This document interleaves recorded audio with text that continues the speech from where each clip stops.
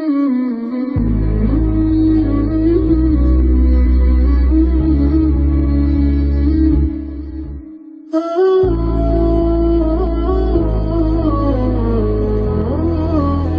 إبراهيم علي.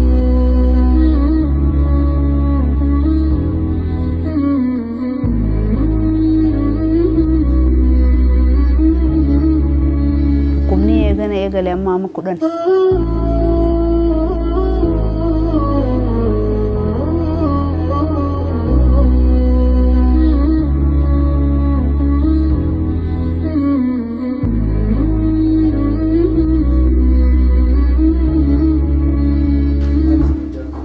Kafa durane eegalu akkanuma miilli na ta'e akkuma kun dhaqu dhagaa keessa jira naan jaa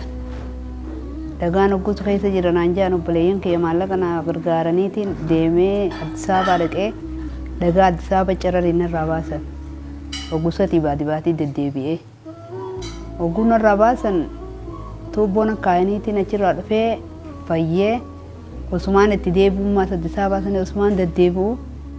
ترى بودا خلومان تيتو سدوتو نانجا لچوه بودو تيجام خلاص ديكايو خا كيرچو خا ديكچو مالين تاتو جا بقى امتا اما افات افرفته ايغان ديكچو ايغل امت افوريما ميته وغدوران ترباني وكسدين ديكدا كوما شنشن اني كوما سدي في ديكان كوما سدي في دبسدي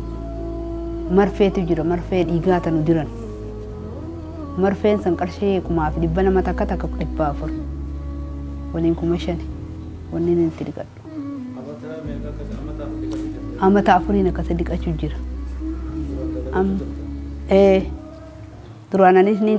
dalagadhaa warri keenyaas na gargaaran ijoolleen teenyaas odumaan akkas zootiin gaa namni dadhabaa dhufa waaniin qabus fixadhee dadhabadhee lama deebise torbaanitti guyyaa lama dhiqachuu eegalee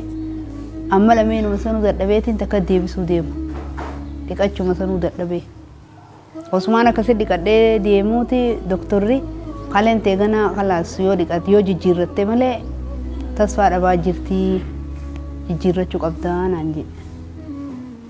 gaa humnaan itti dhabe humnaan itti jijjiirradhu saniifiin na gargaaraa jedhee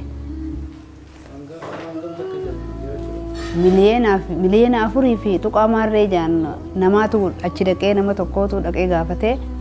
akkas jedhani namni cuma kiyya kanaa siif hin jijjiiranaan jeega